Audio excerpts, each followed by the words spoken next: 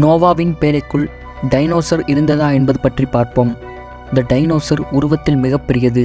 அப்படி இருக்கும்போது இந்த டைனோசர் எப்படி அந்த நோவாவின் பேழைக்குள் சென்று இருக்கும் என்று பலருக்கும் கேள்விகள் இருக்கிறது. உங்களுக்கு ஒரு விஷயம் தெரியுமா?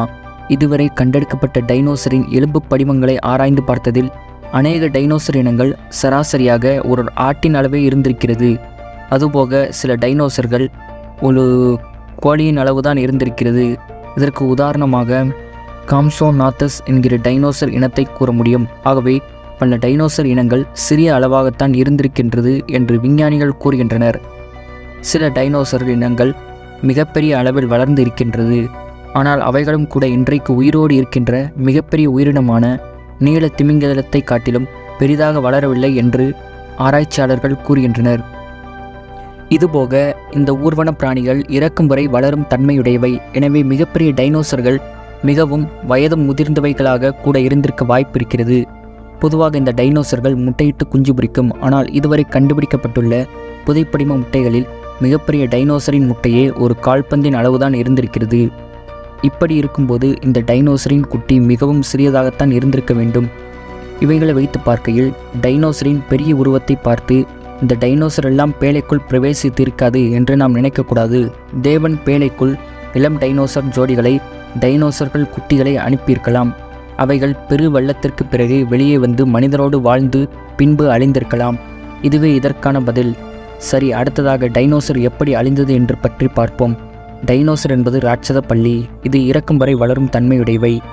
நோவாவின் காலத்து ஜலப்பிரளயத்துக்கு முன்பாக டைனோசர் ஆனது சுமார் 100 வருடங்கள் வாழ்ந்து ஒரு 50 அடி வளர்ந்திருக்கலாம். ஜலப்பிரளயத்துக்கு பின்பு எல்லா விலங்குகளைப் போல இந்த டைனோசரும் பேழையை விட்டு வெளியே வந்து தனது வாழ்வை துவங்கியிருக்கும். ஆதியாகமம் 6:3 ஜலப்பிரளயத்திற்கு பின்பு தேவன் மனிதனுடைய ஆயுசு நாட்களை குறைத்து விட்டதை நாம் பார்க்க முடியும். அதுபோல விலங்குகளின் ஆயுசு நாட்களும் குறைக்கப்பட்டு இருக்கலாம். எனவே ஜலப்பிரளயத்துக்கு முன்பாக 100 வருடங்கள் வாழ்ந்த டைனோசர் ஜலப்பிரளயத்துக்கு பிறகு 10 முதல் 20 வருடங்கள் மட்டுமே வாழ்ந்திருக்கலாம். அதனுடைய வளர்ச்சியும் 5 முதல் 10 அடி வரை மட்டுமே இருந்திருக்கலாம். இதனால் மிகப்பெரிய உருவமுடைய டைனோசர்கள் பூமியை விட்டு மறைந்திருக்க வாய்ப்பிருக்கிறது. மற்றவைகள் சிறு டைனோசர்களாக மாறி வாழ்ந்திருக்க வாய்ப்பிருக்கிறது என்று வேத ஆராய்ச்சியாளர்கள் கூறுகின்றனர். இன்றைக்கும் கூட டைனோசர் போன்ற கொமோடோ டிராகன் மற்றும் பல பள்ளி இனங்கள் காணப்படுகிறது. இவைகள் 24 அடி நீளம் உடையவை. ஆகவே பல விஞ்ஞானிகள் டைனோசரானது அழியவில்லை, மாறாக ஏதோ ஒரு வடிவில் ஏதோ ஒரு இடத்தில் வாழ்ந்து கொண்டிருப்பதாக நம்பிக்கொண்டிருக்கின்றனர். இந்த டைனோசர் அழிந்து போனதற்கு மற்றொரு காரணமும் இருந்திருக்கலாம். அதாவது ஜலப்பிரளயத்திற்கு பிறகு பூமியின் தட்பவெட்ப நிலைகளில் பல மாறுதல்கள் ஏற்பட்டு இருந்தது. பூமியானது வாழ்வதற்கு மிக கடினமானதாகவும் மாறியிருக்கிறது.